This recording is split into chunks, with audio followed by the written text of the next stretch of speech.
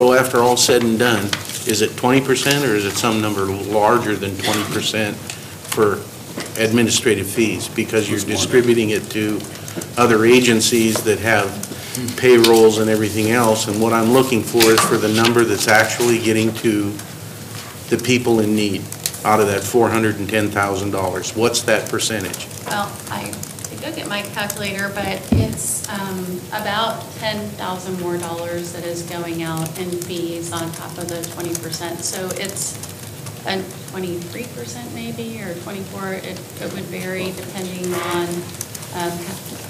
which year and how much money we were giving to the other agencies. Yep. But those are eligible expenses to manage the program. Do you want to mention how much is actually for public services that we have in the plan? Yeah, 15%. That amount. 15%. So 15% of it is actually going for public services. That could be going for some staffing on that. The other pieces, like we had the parks improvements, capital improvements, things like that. Yeah, I mean, you have to design and build and pay for some labor costs there as well for the public improvements, but it is not that much. I mean, considering the number of people that we are impacting with the funds, I think that we're trying to be as conscientious as we can and with the funds and keep overhead costs as low as possible. I was just interested in that percentage. So, I would say around 25%. Bill? So I want to understand if I heard you correctly, Mayor. You said that some of the community development block grant money is being used for parks? The portion of it was for redoing Sunrise Park. That was mentioned. That was for construction project. For the construction project on that. So some of it can, and some's been used for like sidewalk improvements. But what 15% is for public service agencies, and then some is for housing, kind of rehab, and then it would be for public infrastructure. I think some you have down for the Dave Clark Path, was some Dave Clark Path for ADA accessibility improvements. Right. So I know those are all needs, but if you were to prioritize those, I think you put 100% of the money into housing, fixing the homes and roofs and getting people off the street. I mean, I don't understand how fixing a park or a path helps people who don't have a place to live. Bill, if I could address that for just Sure. a second. So you can come up Can on you mic, come up, please? Chris? Yeah. For a second, I've been here before.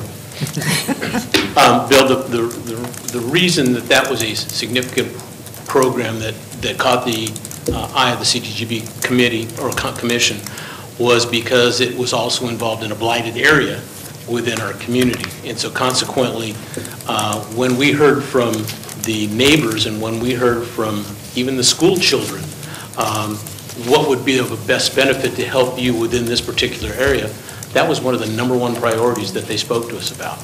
And what it did was it increased opportunities for those families to get together in a safe environment, to be supported within the community and feeling supported from the city council and from the city in general to go ahead and make sure that they were included as part of this community.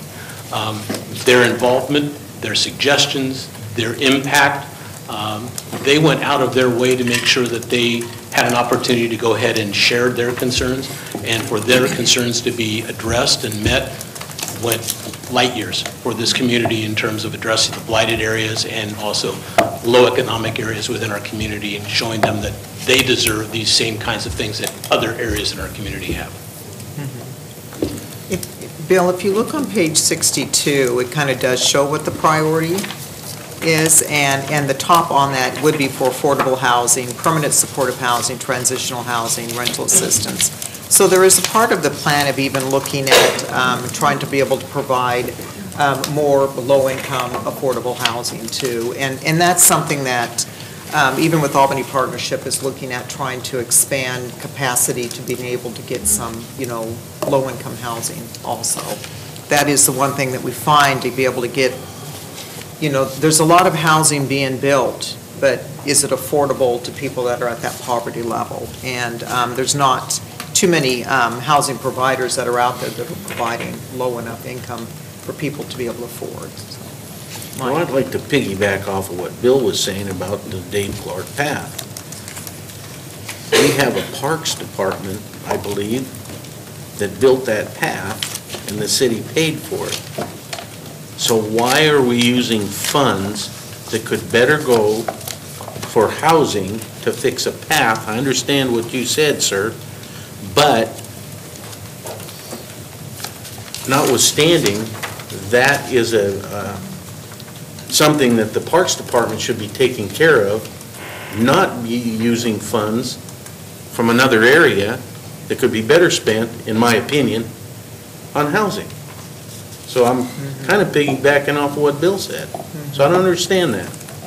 yeah. But I'm new, so Right. there's a lot of things I don't But understand. that is the priority, that is coming up. So Bill, and then I think Ann wanted to address some of the comments. I mean, Ray. Well, I remember when they first had the CDBG funding come in, I was on the board to help, and there was lots of meetings trying to iron out what the priorities were. And it was the same type of discussions we had with our budgets. What are the priorities, and how do we spend a limited amount of dollars on the areas that there's more demand than there's possible dollars? And so some of those things had to get ranked, some of them had to get dropped off, some of them rose, some of them, and I don't think that process has changed. Each year you have to go through the same process that we do, and it's the same angst that we have. How do you establish a priority? Who gets to make the determination? But once it's made, that's how the funding is then dispersed. Staff makes our priorities. So can I just Yeah, respond, Ann. and I can make a suggestion? Thank you for your comments, and this is exactly why we want to hear from you as well. So we are trying to, the Community Development Commission and staff, working with The agencies. microphone closer, Ann, yeah. Trying to Closer. ramp up. Closer. Just move the mic closer to your mouth. Way close. Way close. It'll move, yeah. Okay, all right, like this. Okay. I know, we got to get Yeah. better microphone system here. Well, usually whenever I touch it, then it Yeah. does something. So it takes a while to actually acquire property, to build new affordable housing. So we've tried to figure out what programs can we offer right away, what partnerships do we have in place, and then we have funds that are set aside for housing rehabilitation, home buyer down payment assistance, so that we get people into home ownership. And with the housing market the way it is, it's taking a little bit longer right now to actually find homes that people can afford to buy, even after saving a lot of money and getting that assistance. And as well as the housing rehabilitation, you would think that people would jump on a zero-interest deferred loan to get their house fixed so they can stay in their house, but things aren't moving as quickly as you might think for that program. So last year, we allocated some money to try to acquire one of our dilapidated properties, and not sure how much it's going to take to get one property.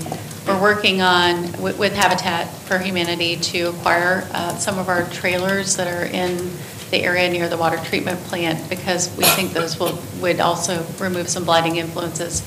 And that's really just begun in feeling out whether owners are interested in selling.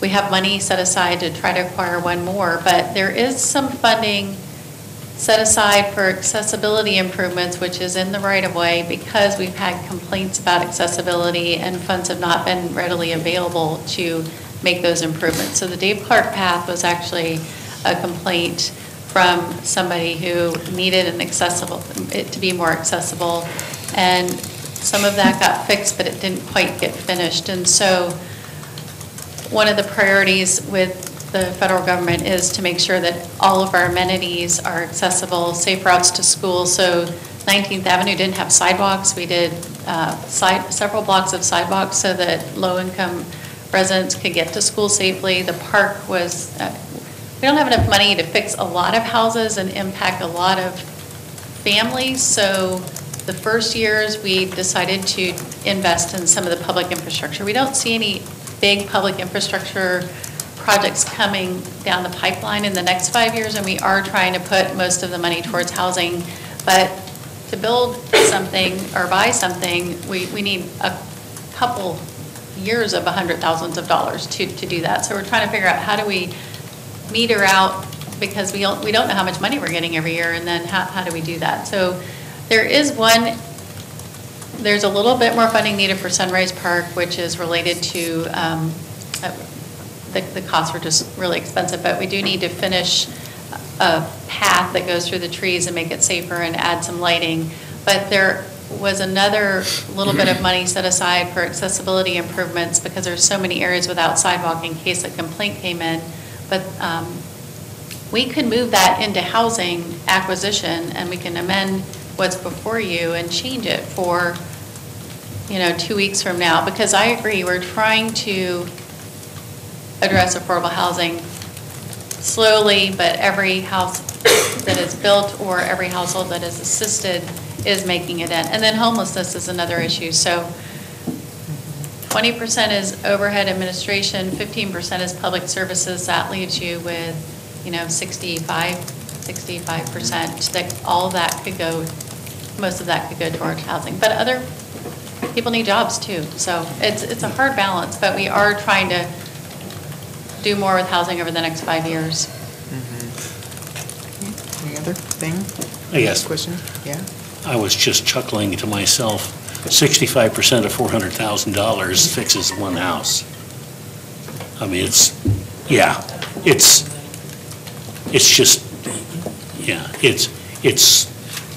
we have our finger in the dike, and there's a 4-foot pipe throwing water through the middle of the dike. I mean, it'll be interesting on the 20th to see what happens at the